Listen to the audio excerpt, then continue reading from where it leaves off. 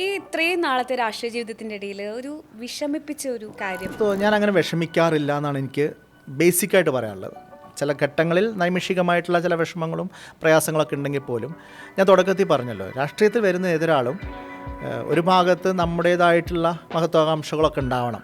എന്നാൽ അതോടൊപ്പം തന്നെ മറുഭാഗത്ത് ഇതത്ര എളുപ്പമല്ല, ഇതിൽ ഓരോ ഘട്ടത്തിലും തിരിച്ചടി ഉണ്ടാവും എന്നുള്ള ഒരു യാഥാർത്ഥ്യബോധവും അതേ സമയം തന്നെയാണ്. അത് രണ്ടുണ്ടാകുന്ന ആൾക്ക് തിരിച്ചടികൾ ഉണ്ടാകുമ്പോഴും അത് വലിയ പ്രയാസമായിട്ട് മാറില്ല. എൻ്റെ ഒരു സോഷ്യൽ ലൊക്കേഷൻ എന്നൊക്കെ പറയില്ല നമ്മളെ ഒരു സൊസൈറ്റിയിലെ നമ്മുടെ ഒരു പ്രിവിലേജ്.